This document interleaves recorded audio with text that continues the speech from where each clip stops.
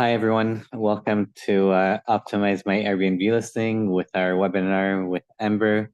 We have a specialist from webinar. It's our second webinar with PriceLabs. And we're going to go through the questions that you guys sent, and we'll try to take it a bit more advanced this time. And okay, I'll let you, Amber, start. I'll mute myself. Thank you. Okay, sounds good. Thanks so much for the introduction. Yep, so again, I'm Amber. For those of you that didn't get to join the last webinar, I've been with PriceLabs for going on 2.5 years. And before that, I was a revenue manager for a couple of large property management companies in Northwest Florida for about 4 years before joining PriceLabs. So I've been in the industry for over 6 years now, approaching 7. Yeah, and so today we're going to be talking about a few specific request topics that are a little more advanced. Last time was more of just an intro to PriceLabs and covered like some common mistakes and things when setting up your account yourself. So today we're going to be talking about specifically minimum stay and how to set that up. Going to be talking about custom seasonal profiles and some best practices.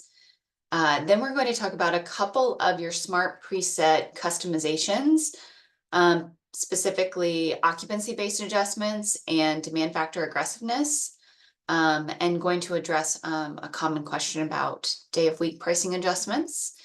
And then last but not least, we'll go over some sync settings and scheduling, how to schedule that sync, benefits of that, and how sync now works. There were quite a few more questions. This is about half of what was requested. I want to give it about 10 minutes per topic, and then leave time for questions. So that's why I kind of limited it to that. We have a number of resources available through PriceLabs, and just wanted to call your attention to that real quick. So if you click on this graduation cap right here, when you're in PriceLabs, it will give you a number of training resources. There's a product walkthrough, how-to videos. This specifically covers product updates. And then training is where you can either sign up for a couple of live trainings. So PriceLabs Basics is the first basic steps of setting up your account. Advanced PriceLabs Features is going to cover everything that we're talking about today, pretty much. Some of that's covered in basics. The Advanced PriceLabs Features webinar covers every common customization that we have in PriceLabs. So I highly recommend that if you don't get enough information from this webinar, to come here and check this out. Now, if any of you are not using PriceLabs yet, I will show you. So this is PriceLabs, hello.pricelabs.co. If you type in pricelabs.com, it takes you to the same place.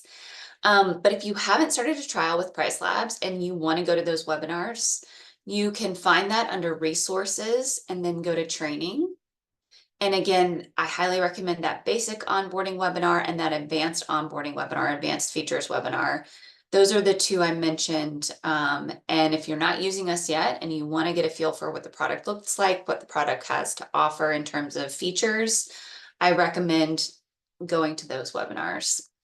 So, all right, so we'll dig right in and we're going to get started by talking about minimum stay. Some systems call this MLOS, minimum length of stay. In our tool, we call it stay restrictions or minimum stay. So they all are referring to the same thing, meaning the minimum number of nights required for a reservation. And one of the cool things about PriceLabs is that you can create what we call a cascading minimum, so that you require the longest number of nights when people book the furthest in advance. And as the booking window reduces, or lead time, so the amount of time between creating the booking and their check-in day, as that amount of time reduces, the number of nights required also reduces to help you optimally fill your calendar. Our data suggests that this can increase your revenue by up to 10% by using cascading minimums versus just like a flat 1-night minimum or 2-night minimum. So I am on the pricing dashboard. This is where you land when you first log into PriceLabs. And today we're going to be focusing on this fake listing that I have here. I click review prices. You can either click the name or click review prices to do a deep dive of this specific listing. And to find where minimum stay lives on the listing level. So we do have options on the customizations page to manage any customization option, including minimum stay restrictions, at higher levels. So if you have more than one listing and you want everyone to have the same rule, you can come to customizations and you could set it up on your account level, which would be your PMS or the system you have connected to PriceLabs. If you have lots of properties and you've created groups of similar types of properties that need to share the same minimum stay restrictions, you can manage it at a group level. But today I'm going to just focus on the pricing dashboard page and setting this up at the listing level. Just know that that's an option if you have multiple listings or aspire to have multiple listings. So when I'm on the pricing dashboard page and I'm reviewing prices for a listing, to get into customizations, it's over here on the left. I'm going to click the edit button.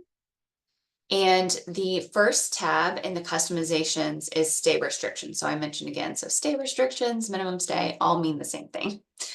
Now you'll see that on my demo account, I do have an account level setting already in place, but to explain how they work, I'll explain how to set it up from scratch.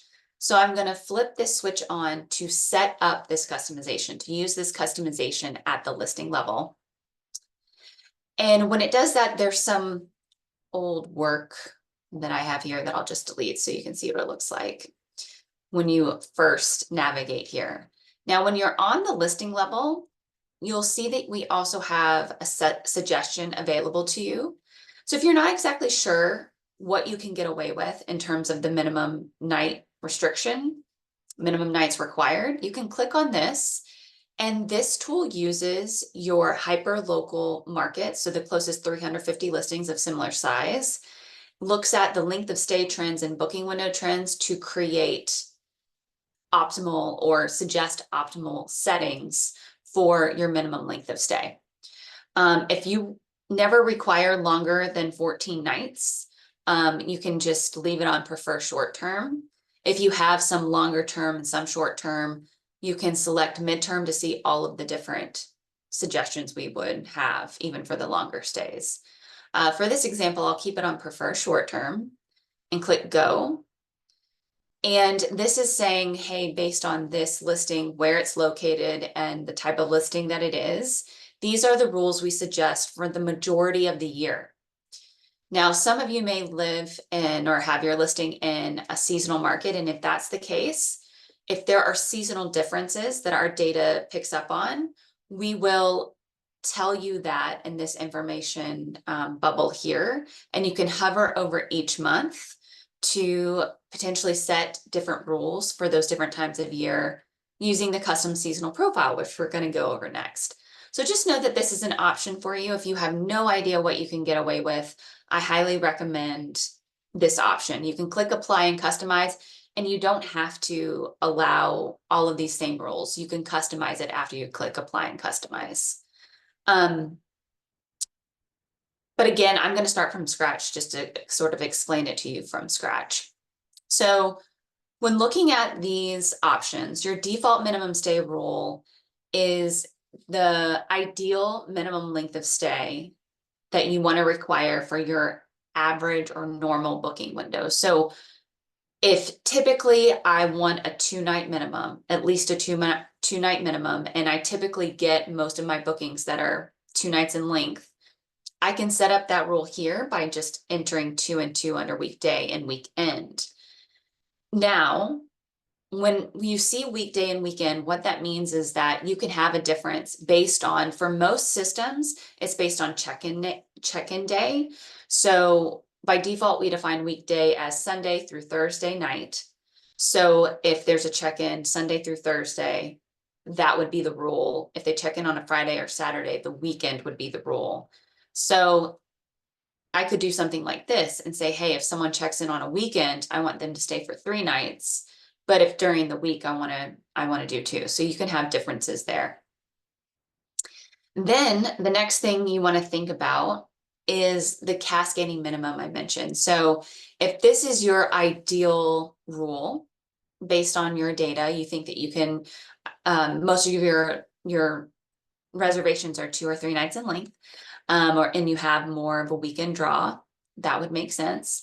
Then you want to think about far out bookings. So again, when someone's booking further in advance, it makes sense to require a longer length of stay, because if someone books say 6 months in advance and they book for 2 nights, and then say someone 3 months later down the road would have wanted to stay at that property for 4 nights, you miss out on 4 nights of revenue for 2 nights.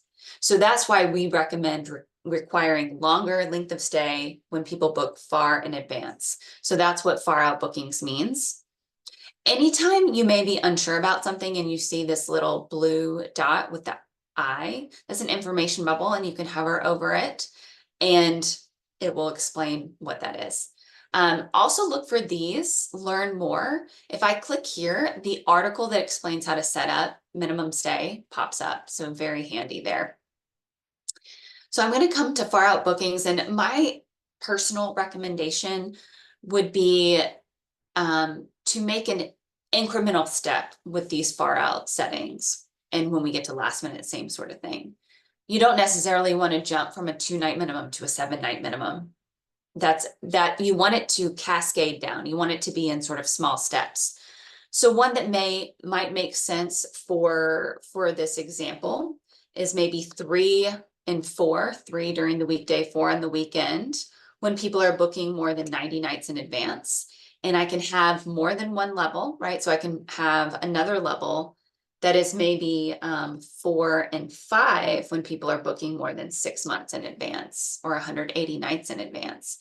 So the way this is set up right now, that means if someone books more than 6 months in advance and they check in on a Wednesday, they would have to stay for 4 nights. Someone books 6 months in advance and they check in on a Saturday, they would have to stay for 5. If someone books between 90 nights in advance and 180 nights in advance, or between 3 and 6 months, then if they check in on a Wednesday, they have to stay for 3 nights. If they check in on a Saturday, they have to stay for 4. So it's cascading down in steps. And then if someone's booking less than 90 nights in advance, then that's when the default rule is in place. I can also have a last minute rule. So let's say ideally I do want 2 or 3 nights, but last minute I would be willing to accept a 1-night minimum during the week because I barely get weekend bookings. Or I'm sorry, weekday bookings. And then on the weekend, maybe I reduce it to a 2-night minimum when it's within 10 nights or 7. 7 is probably most common. When you look at this tool, you'll see that a lot of times, so on average, we've got a 90 night within 29 nights and within 6 nights. Not everybody uses those. I personally, depending on how your default rule is and depending on your booking windows, you may not need that 29 night in there. You may just need like the last minute, the very last week. So that is how you can set it up from scratch. Start with the default, your ideal minimum, and then have another step beyond that, at least one step beyond that, far in advance, that's just a little bit longer than that default minimum. And you can go even a little bit longer, even further out if you do want to have 2 levels here. And then think about, okay, what's the lowest minimum I would ever require when I just want to get some sort of bookings last minute? And that's how you create that last minute rule. So again, it's cascading down in small steps. And in terms of the booking window rules, it's totally up to you what makes sense based on what you know about your average booking windows. Far out means, hey, I may get some bookings beyond 90 nights, but I rarely get bookings beyond 6 nights. I might get 1 or 2. I get some beyond 90 nights. Think about that when trying to come up with those far out booking windows and requirements. And the last thing you want to set up after setting your default, far out, and last minute is to set up your orphan gaps. We say to set this up last because you need to know what your rules are elsewhere to figure out what gaps you will allow to be bookable.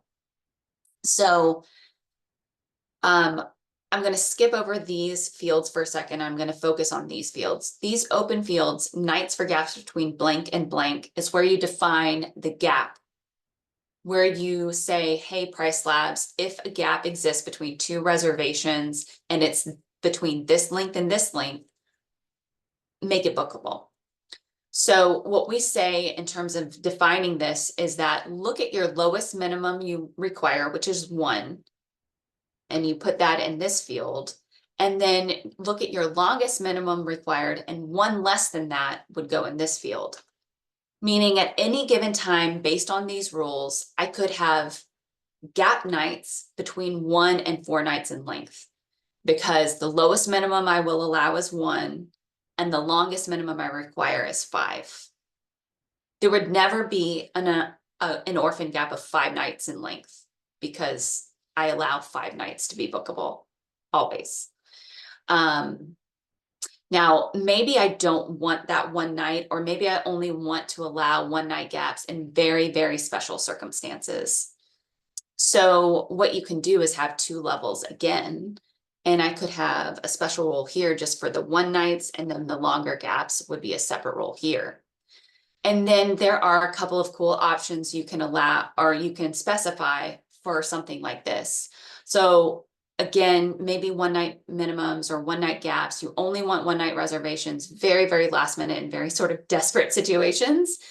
So these fields apply only within 0 and 999 is where you can control the booking window for the gaps. So this, I would recommend looking at your last minute rule for something like a special circumstance of allowing these 1 night gaps. I would look at this last minute rule and say, okay, so I really only want to allow that within the last 7 days to potentially allow a 1 night gap to be bookable. Now, what 0 and 999 means, between 0 and 999, that means any booking window, you want these gaps to be bookable. And so if you want those gaps to be bookable at any time, just leave it at between 0 and 999. So that's how you define those gaps, and that's how you tell PriceLabs which gaps you want to open up to become bookable. Now, it may also be that you never want to have those 1 night gaps bookable too. That's also an option. So I could just get rid of that and just say, hey, I only want the gaps between 2 and 4 nights to be bookable. And again, going to change that back to 999. Now, the fields under weekday and weekend, that's where you can control and tell PriceLabs what is your minimum night requirement for these gaps. If you leave it at length of gap, that means you're filling the gap. You're requiring the guest to fill the gap. If it's a 4 night gap, they have to book all 4 nights. If it's a 3 night gap, they have to book all 3, etc. You don't have to require that. You can say, hey, I want to be flexible, and I'm okay as long as just 2 of those nights book. And again, you have the difference between weekday and weekend. So you could actually say, hey, I'm okay if just 1 of those nights books during the week, but on the weekend, I need it to be at least 2 of those nights. And then we have some really fancy options. Length of gap -1 would be, and I'm going to put it on both. Length of gap -1 would be if it's a 2 night gap, only 1 night has to book. If it's a 3 night gap, 2 nights have to book. If it's a 4 night gap, 3 nights have to book. So it's just allowing just 1 of those nights to potentially be left alone and not have to book all of them. And that can actually increase your odds a little bit of getting some of those gaps to be bookable, particularly the longer ones. And again, you can be flexible with this, right? So you could say, just for the 2 night gaps, you require the full length of gap to book. And then for these longer gaps, you're okay with length of gap -1. I will say that this is one of the more complicated concepts to understand when you first start using PriceLabs. It's also one of the more complicated ones to articulate. So I encourage you to look at some of the videos we have. We have a short video that covers this too. Again, that basics onboarding webinar actually covers minimum stay in great detail. So if you want to check those out and kind of hear a different way of it being described or read the article, depending on your learning style, I highly recommend that. But if you feel overwhelmed or like that just went over your head, don't feel bad. You're not alone. It takes some time to kind of wrap your head around how our minimum stay restrictions can work. And they don't have to be that fancy. I just wanted to cover like all the different things in terms of far out bookings, last minute bookings, and the gap nights, because that was what was requested in the question. And there was a specific question about optimizing for different booking windows. So that really everywhere that I talked about, so beyond 90 nights, beyond 180 nights, within 7 nights, that's when you're talking about those booking windows, right? And like I said, most commonly with our recommendations, they're within 7, within 20, or I'm sorry, within 6, within 29, beyond 90, and beyond 180. Personal preference, and it could be different based on the data that you see, but I personally consider last minute very last minute. My default rule is when I'm looking at probably anywhere from beyond a week to up to 90 nights, just in my personal preference and kind of the data that I used to see when I was on the revenue management side of things. But it's up to you again. So also could do something like this, could even do something like this. And then again, this could be like within 15 and you could have another layer there. So hopefully that covers that. Let me know if you have any questions. I think chat is open. Yeah, feel free to put questions in a chat and I'll try to answer them. Cool. So the next thing we want to talk about after minimum stay are custom seasonal profiles. So to find custom seasonal profiles, they are also within the customizations window. I'm going to focus your attention on where they exist under smart presets. Now, if you are not in a seasonal environment, you will not see them under smart presets. The intention of smart presets is to filter the view of our customization options based on your market and your property type, which is what you see up here. My property type is short-term rentals, and I'm saying that I've never used dynamic pricing before. If you have short-term rentals here and yes here, you will see some different tips, but you should see pretty much the same options. If I had midterm rentals or multi-unit rentals, the customization options would look different here based on that property type. So I do encourage you to focus on smart presets. When you click in more customizations and click through all of the different options, it can be overwhelming, which is why we put the most applicable and most commonly used customizations under smart presets. So for me, for this particular fake listing, it is in a seasonal market, so custom seasonal profiles available here. Now, with the switch in the on position, that means I'm already using it. I've already customized it. If you want to create a new custom seasonal profile, you just flip that switch to turn it on and click Edit Profile. So what you'll see when you first navigate here, all of this information will be blank, and it will first ask you to fill out this or answer this question. If you're making pricing changes in this custom seasonal profile, do you want to set fixed price or percentage change? I would say when you're at the listing level, it makes the most sense to use fixed price or a specific dollar amount. Percentage change is more for when you're using custom seasonal profile at higher levels, like a group level or account level, because not every listing will have the same price. So you would want to use a percentage change, not a fixed price. So what I've done is I've already selected fixed price. And in terms of seasons, you can have as few or as many as you want. So you could have just one. Let's say maybe just for summer, I want to have a higher minimum price and a different minimum stay requirement. But for the rest of the year, I just want to use my default settings, and that's fine. In this particular case, I am covering, I think, almost most of the year. Yeah, I'm covering most of the year, which means basically the minimum price that I've got set over here isn't doing anything because I'm only using the minimum price in the custom seasonal profile. The intention behind this custom seasonal profile is to tell us when you want to do something different than your minimum that you've set. It's in gray over here, the minimum you've set over here, right? Or maximum price if you've set a maximum price. So this, I'm just going to get rid of winter so it's not too confusing. Okay. So that means outside of March 7th through October 19th, my minimum price is $225. And at these slightly higher demand times of year, some of them are slight, some of them are very high demand. These are the different minimum prices I want to use. So for spring break, I don't want to go below $250 per night. During later in spring, which is more of a shoulder spring for this market, I want to go a little bit higher and require a 300 night minimum. And then in summer, 450. And in fall, I also want to do like that 300 night minimum. Up to you again, how you want to define the seasons. Keep in mind that when you define the seasons, and you can name them whatever you want, whatever makes sense to you. But when you define the seasons, as of right now, these days roll over year.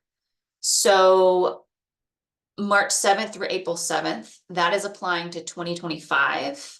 And as we approach those days and March 7th through April 7th falls within 500 days, 540 days of pricing, it will also apply to 2026. So it works on a rolling basis and applies every year when we're within 540 days, because that's the default number of days that we sync for pricing and for minimum stay. So keep that in mind, because things like if you wanted to use this for holidays tend to change. Some holidays change every year. Or if they don't change every year, like 4th of July, the way you set 4th of July is going to be dependent on the time, the day of week that it falls on. So a lot of times, the way that it works right now, I don't recommend custom seasonal profile for holidays that change. I would prefer to use date-specific overrides for those. And date-specific overrides will allow you to also have higher minimum prices, different minimum prices, different maximum prices. So a lot of the similar options. You even can have a different minimum stay, but it's not a minimum stay profile. So with minimum stay profiles and custom seasonal profile, it's a whole separate set of rules. Those rules we just went over in detail. You can have a whole separate set of cascading minimum nights required just for this time of year. Now, if you use date-specific override, it's just a flat minimum night requirement. So keep that in mind for holidays. So in terms of best practices, I do not recommend adjusting anything other than minimum price, max price, or minimum stay in this custom seasonal profile. There are other options. If you click on this button with 3 dots, you can add base price and adjust your base price. But again, I do not recommend that. If you change your base price seasonally, it will heavily inflate or deflate what PriceLabs is already doing, because we're already adjusting your prices for seasonality. So I do not recommend base price. That is an option for large property management companies that may not be using our seasonality. They've maybe decided to turn off our seasonality and they want to use their own seasonal prices. That's what that's for. It's not for slight adjustments. So keep that in mind. Okay, so maximum price, I should mention, so just in general, if you're not sure, so maximum price is that a ceiling rate, minimum price is a floor rate. So if you are utilizing maximum price, which is completely optional, and to be honest, most of our customers do not utilize maximum prices, but if you have a very budget-friendly property and it makes sense to have maximum prices to ensure that you're not getting priced so high that a guest might be disappointed by what they pay, then you could have different maximum prices for different times of year too. So if I had a default, or let's say maybe it does make sense to have winter for, we'll stop it right, maybe November 20th. So just kind of this, for this particular market, that's kind of a dead time of year, this month. And let's say for this, because it is a slow time of year, I actually want to, maximize this price at maybe $250 per night, right? So keeping the prices as low as possible in this really slow time of year. You can use it that way too. So those are some general recommendations, best practices, rules of thumb for using custom seasonal profile. And again, this min stay profile, you can create them from here by clicking create profile, or this is also, come here, one second. Yeah, customizations page. It also lives on the customizations page, and you can manage the min stay profiles from here. So you'll see I have a lot of different ones I've played around with and created. So you can create them here, and then when you're in your custom seasonal profile, apply them from there, from the drop-down menu. Cool, cool. Any questions on that? All right, so I'm going to go back into the customizations window. And again, focusing on smart presets. There was a request to talk about occupancy-based adjustments, day of week adjustments, and demand factor sensitivity. So I want to call your attention to the fact that day of week pricing adjustments does not exist under smart presets, and it doesn't exist under smart presets for a reason. We generally don't recommend using it. Like base prices in the custom seasonal profile, we don't recommend using day of week pricing adjustments unless you have a very, very specific strategy that PriceLabs is maybe not quite getting your weekend prices high enough, or not quite getting your weekday prices low enough, or maybe you have an operational need. Now, if you do, that day of week pricing is going to live under the general tab, and it lives right here. So I've had one customer in the past tell me that she likes to discourage turns on Sundays for staffing purposes. So what she does is she discounts Sundays by 15%. That's what that means. -15 on Sunday means it will take the PriceLabs calculated rate and always reduce it by 15% at the end for this day of week pricing adjustment.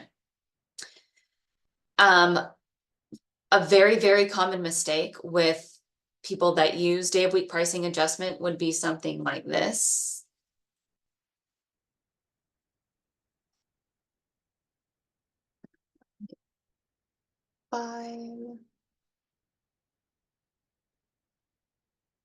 So they're making some sort of adjustment every single day of the week because they don't understand that PriceLabs is already doing that. Just like seasonality, day of week trends are already something that the algorithm is adjusting based on demand trends.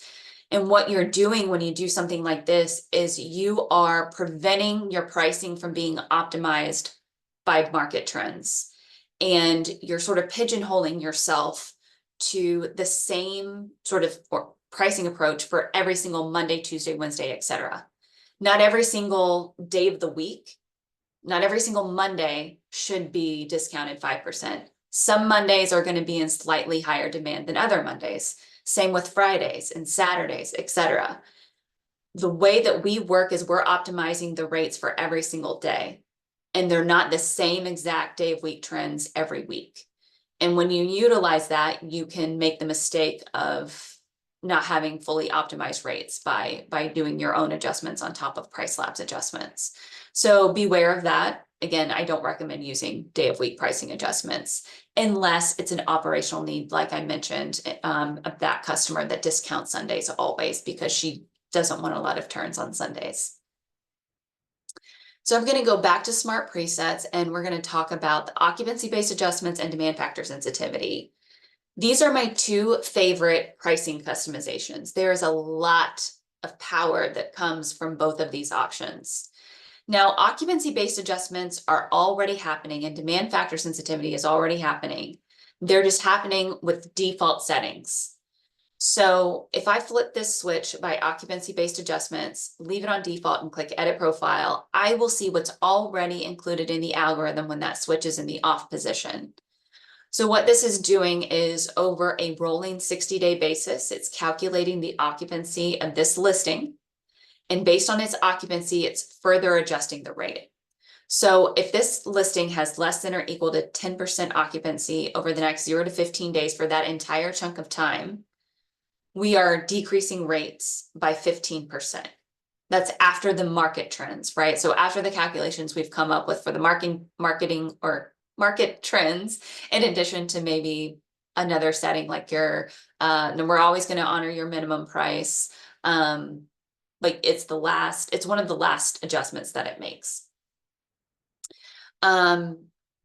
So if this listing is 20% occupied over 31 to 60 days from today, that again, that entire chunk of time, then we decrease rates by 5%.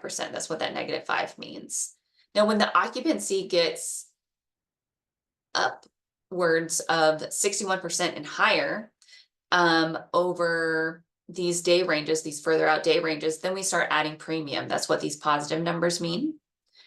Now we do have some preset options that can be helpful. So for the most part, this default occupancy-based adjustment profile works well. If you have a struggling property, or maybe a property that is new to your portfolio, give our aggressive profile or super aggressive discounting profile a try. So the aggressive profile, it works on the same rolling 60-day basis, but the drops to rate are more significant, and they occur particularly for 0 to 15 days out further and for almost every occupancy level. So what's nice about this is that as a property starts to book, those drops to rate will back off. Will decrease the rate less as it has more occupancy. So it's automatic, and it's not going to kill a listing, should not kill a listing. If you say, let's say, hey, I want to start it out on this aggressive profile for maybe 30 days, and then you forget and you come back in 60 days and change it back to default, not a huge, there isn't going to be a huge detriment to you, because if it's responding and getting good occupancy, it's going to back off, right? Super aggressive discounting. Now, in particular, I think this would be better for a struggling property necessarily than a brand new one, because it has more aggressive drops to rate, but no premium added for high occupancy levels. So just keep that in mind between these two different options. So really only the default aggressive or super aggressive discounting would be ones you want to look at if you want to stick to this rolling 60-day basis. Now you can adjust this and customize it yourself. You could go beyond 60 days and come up with your own adjustments, et cetera, and on down the line. You could also say, hey, maybe I like it working on a 60-day basis, but I like some of these adjustments, but I want some of them to be maybe a little less aggressive. Like maybe I need that to be -5, and you can change them. And as you change them, you'll see that this changes to custom. So be careful. I caution you, if you go beyond 60 days when you're customizing it, be careful because you need to remember that, so if I did something like this, 10% occupancy of 60 days is much different than 10% occupancy of 30 days. So just keep in mind we're calculating the occupancy for this entire chunk of time when you're customizing it. I see some chats. So, yep, just about recording. Okay, cool. Just wanted to check on that. Awesome, awesome. So yes, again, most commonly used, I would say, if you're using something different than default for our customers, would be the aggressive and super aggressive discounting. Any questions on that? Because again, I know that that's a little bit different, but try it out. So if you think your property is struggling a little bit, try out this aggressive profile for a couple of weeks and see if you can see some response from that. I definitely recommend just trying it out for a little while and see if you get some response.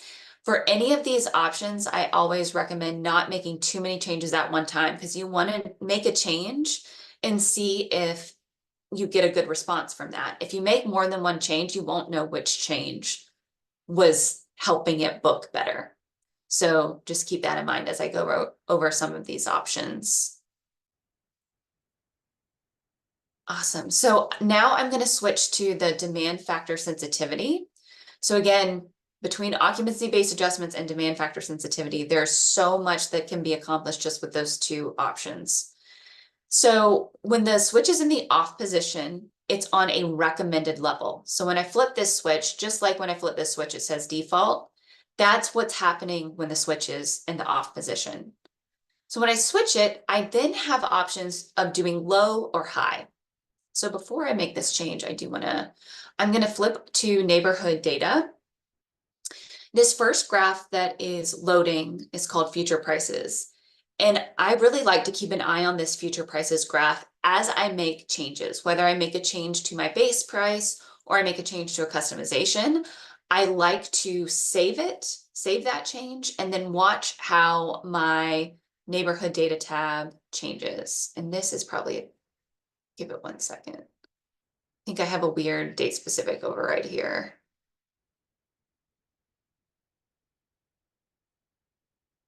Yeah, let me try to find that.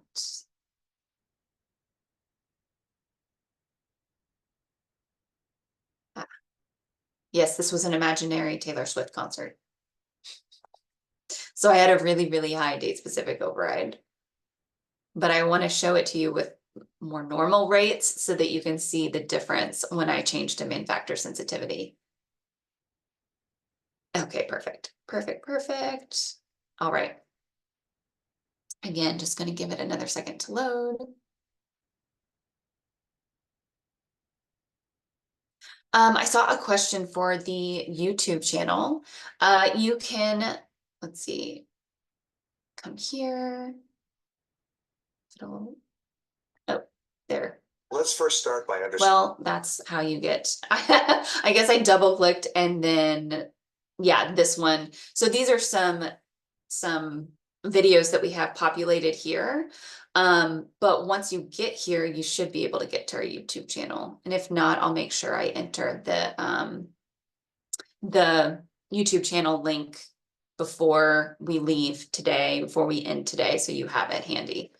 Okay, so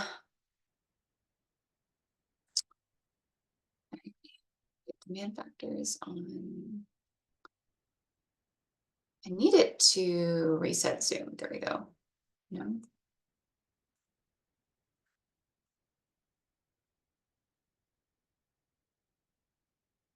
Shouldn't, it's zoomed out because I had that 5,000 price point in here.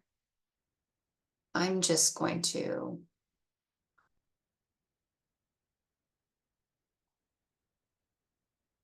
Okay, I'm going to reset the Zoom. So each time I do that, it's zooming in closer and closer because I want you to see peaks and valleys, and I want you to see how they change. And apologies that I didn't realize I had that really crazy date specific override. Okay. Okay, so we can see pretty clearly peaks and valleys on this recommended demand factor sensitivity. So now when I come to smart presets and I change it to low, you'll see it reflect more dampened rates, so not as high of peaks. And you should also see that some of the low rates come up a little bit. What demand factor sensitivity is how sensitive, how much we are reacting to forward-looking occupancy. So the future bookings. Our seasonality and day of week trends come from the past occupancy trends of the last 2 years, right? These repeated trends, seasonality trends are repeated, day of week is repeated. But with demand factor, it's looking for nuances and changes in those demand patterns. Which Friday is booking best in the month of July? And is this particular day booking faster than it did last year, we're going to increase that price even more. If it's booking slower than it did last year, we're going to decrease that price. So it's how volatile the additional premium or discounts are based on the market trends. So again, I'm going to zoom in and show you. So what you'll see, the dotted gray line were the previous rates, and the black line are the new rates based on having this demand factor sensitivity turned down to low. And again, what you'll see is that the peaks have come down, and this, to a small degree, the low prices have come up just slightly. And again, if I zoom in a little bit more, it'll be more obvious. Right, so you can see some of these low prices have come up a bit and the high prices have come down a bit. Now, depending on the market you're in, when you play around with demand factor, you might see more significant changes happening based on your market. My particular market, a lot of these trends are coming from seasonality because it is a very seasonal market for this fake listing. So just keep that in mind, that it's not always the same for every market. You might see a more dramatic change when you change on your end. So now I'm coming back to smart presets, and I'm going to change it to high, which does the reverse. It makes your high prices even higher and your low prices, to a small degree, even lower. It's a more aggressive response to those future occupancy trends. So give it a second and it'll load.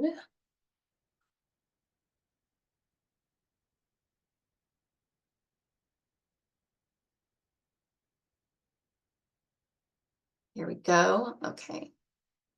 So just give it a little, I don't know why it's taking longer. It might be just Zoom. There we go.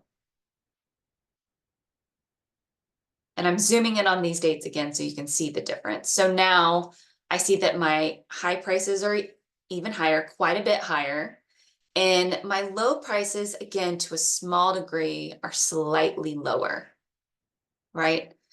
So now if you're in an urban market and or a heavy weekend market, you may see more extreme differences happening between the weekends getting even higher, the weekdays getting even lower when you turn demand factor to high, and in the reverse for when demand factor is on low.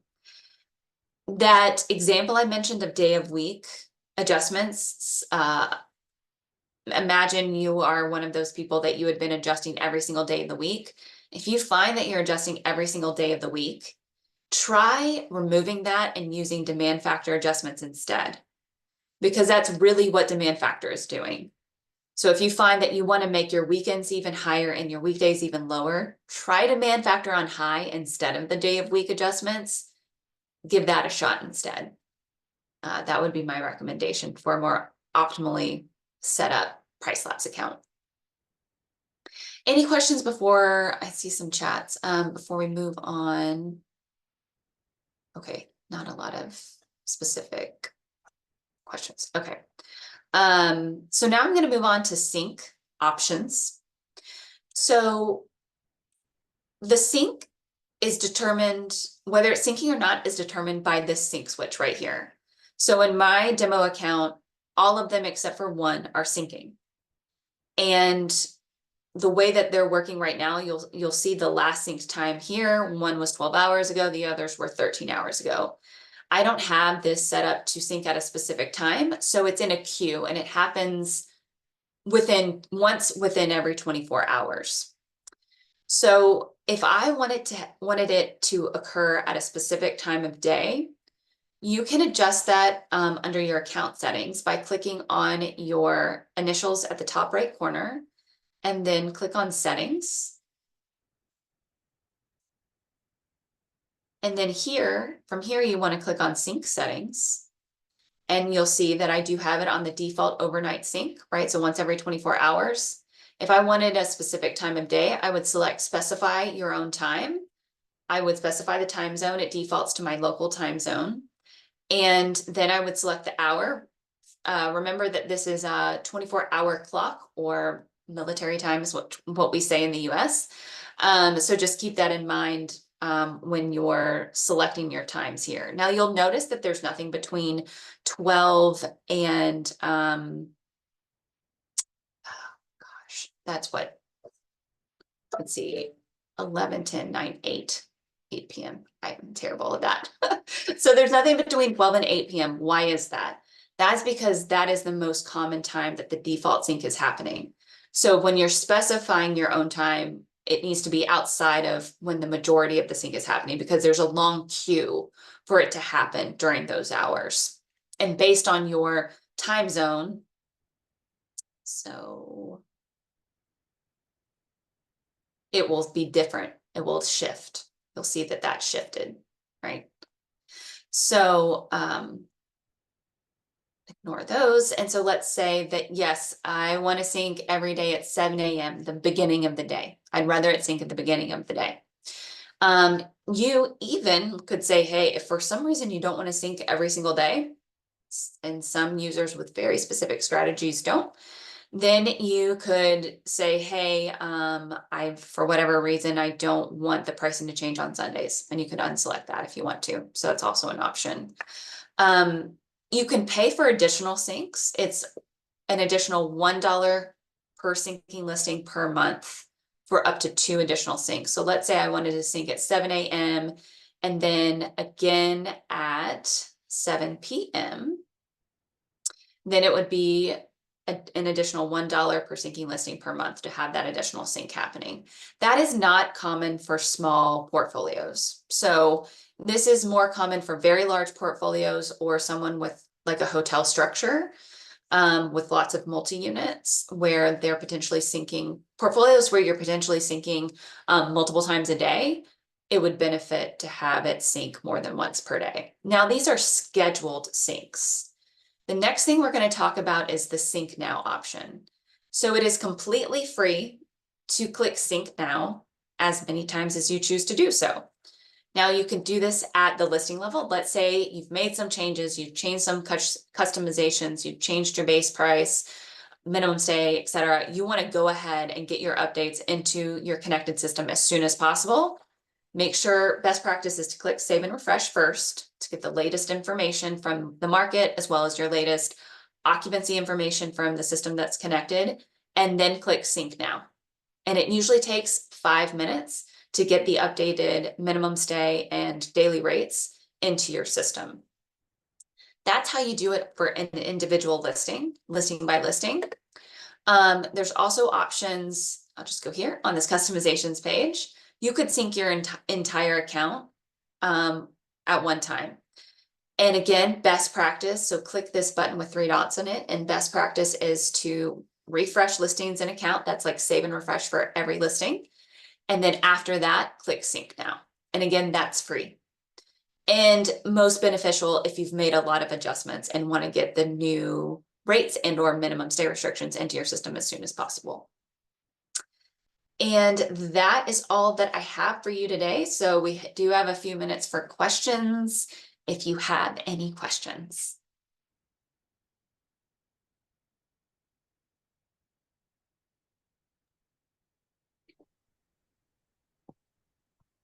And the YouTube channel, sorry, I will get that also linked in the chat.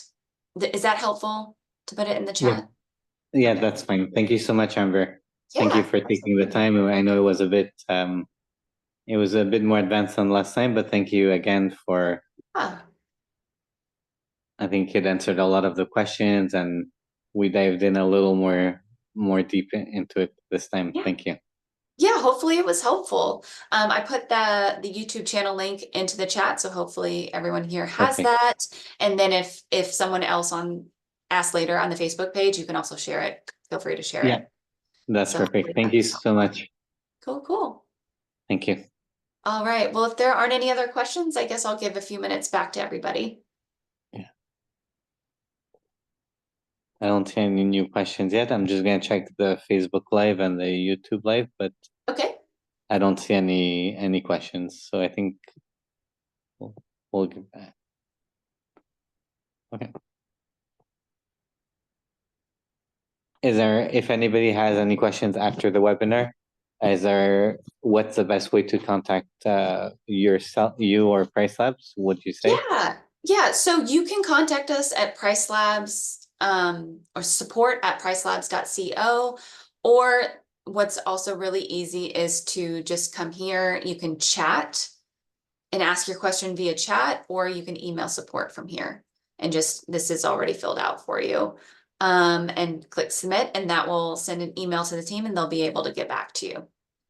Okay. Again, we've got help articles here, almost anything you could think of. I like to use the search. Where to go? I like to search for articles. So let's say there's a topic, almost any topic I can think of. So occupancy-based adjustments, start typing it in, and it will start populating some options for articles. So those articles are really helpful too. Between that and the YouTube channel, lots of topics are covered. So just let us know, chat or email support with questions. Perfect. Thank you so much, Amber, and thank you everybody for joining in. Have a great rest of your day. Absolutely. You too. Thank you. Bye.